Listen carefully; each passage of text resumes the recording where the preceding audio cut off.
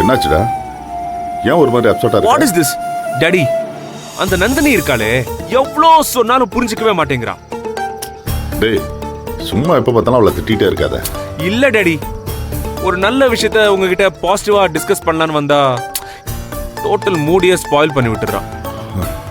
சரி விடு, நல்ல விஷயத்த டிஸ்கஸ் பண்ணலான்னு சொன்னல, அது என்னன்னு சொல்லு முதல்ல. ஓகே.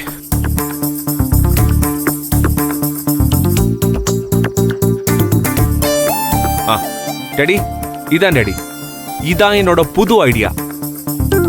Complete kitchen setup. இதுக்கு கடையெல்லாம் ஒன்றும் தேவையில்லை, ஓன்லி ஆன்லைன் பர்ச்சேஸ் மட்டும்தான். இப்போ நம்ம தமிழ்நாடு ஃபுல்லா டெலிவரிக்கு மட்டும் ஏஜென்சியை புடிச்சிட்டோன்னு வச்சுக்கோங்க. நம்ம டிஜிட்டல்லயே நிறைய விளம்பரம் பண்ணோம்னா நிறைய பிசினஸ் சூப்பரா வரும். ஆமா, அது என்ன ஆன்லைன் பிசினஸ்? அதாவது டாடி, இப்போ உலகமே கிகா எக்கானமிக் தான் மாறிக்கிட்டு இருக்கு இல்லையா?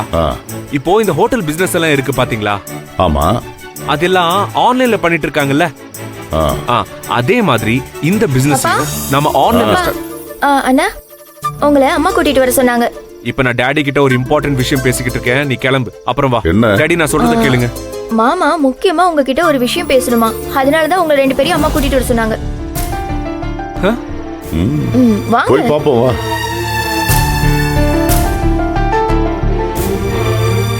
டாடி, என்ன விஷயமா இருக்கும் டாடி? என்ன விஷயம் தெரியல, வா போய் பார்க்கலாம் வா. ஐயோ,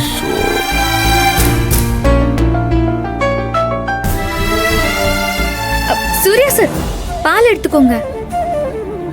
என்ன ஏத்தா, என்னத்தா ரெண்டு பேரும் மேல போறாங்க? ஏமா, நான் வேணா பாலை போய் கொடுத்துட்டு வந்துடவா? என்ன ஏதோ பிரச்சனை மாதிரி இருக்கு. அந்த அமெரிக்கா பொண்ணு கிச்சனுக்கு வந்து போச்சுல, எதுவும் பஞ்சாயத்து குட்டிடுச்சோ? தெரியல. சரி வா, என்ன நடக்குதோ தெரியல, கடவுளுக்கு தான் வெளிச்சம்.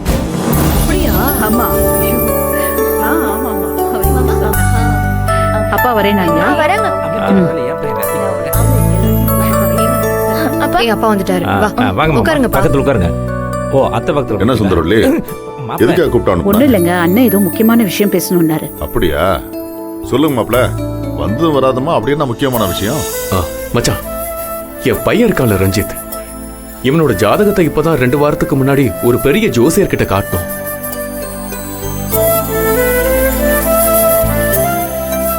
இவனுக்கு இப்ப மாங்கல்ய யோகம் கூடி நிக்குதான். இவனுக்கு இந்த நேரத்தை மிஸ் பண்ணா கல்யாணம் நடக்க ரொம்ப வருஷம் ஆகும்னு சொல்லிட்டாரு.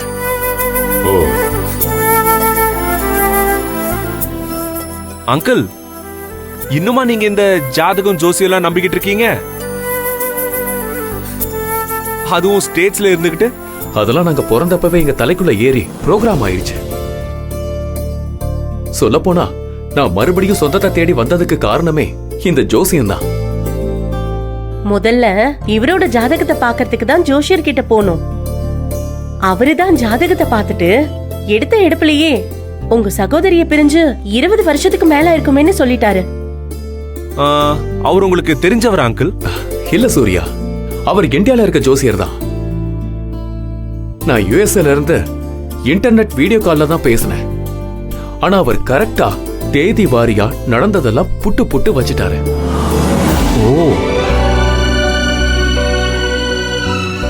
எனக்கு உங்க அம்மாவுக்கும் எந்த விஷயத்துல சண்டை வந்துச்சோ அத கூட கரெக்டா சொல்லிட்டாரு. Amazing uncle. அவர் தான் சொன்னாரு, ரஞ்சித் நல்லபடியா வாழணும்னா இன்னும் 3 மாசத்துல அவனுக்கு கல்யாணத்தை முடிச்சே ஆகணும்னு. இல்லனா கல்யாணம் ரொம்ப லேட் ஆகும், இல்லனா கல்யாணம் நடக்காமலே கூட போகும்னு சொல்லிட்டாரு. ஐயோ, என்னன்னு இப்படி சொல்றீங்க?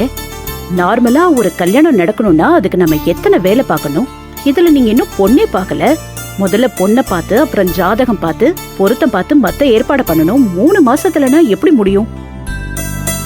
நாங்க கூட அமெரிக்கால இருக்கிற தமிழ் ஃபேமிலியா இருக்கிற ஏதாவது ஒரு பொண்ணை பார்த்து கல்யாணம் பண்ணி வச்சிடலான்னு தேடி பார்த்தோம். ஆனா ரஞ்சித் தான் வேற ஒரு ஐடியா கொடுத்தான். ஆமா மச்சான், அவன் தான் ஏன்பா நம்ம ஊர்ல இருக்கிற பொண்ணை பார்த்தே எனக்கு கல்யாணம் பண்ணி வச்சிருங்கன்னு சொல்லிட்டான். அவ்வளவுதான் மாப்ள, கவலை விடுங்க. உடனே நல்ல பொண்ணை தேட ஆரம்பிச்சிடலாம். போதுங்களா? ஏன் மச்சான், கையிலே பொண்ணை வச்சுக்கிட்டு நாம எதுக்காக வெளியில தேடணும்? என்ன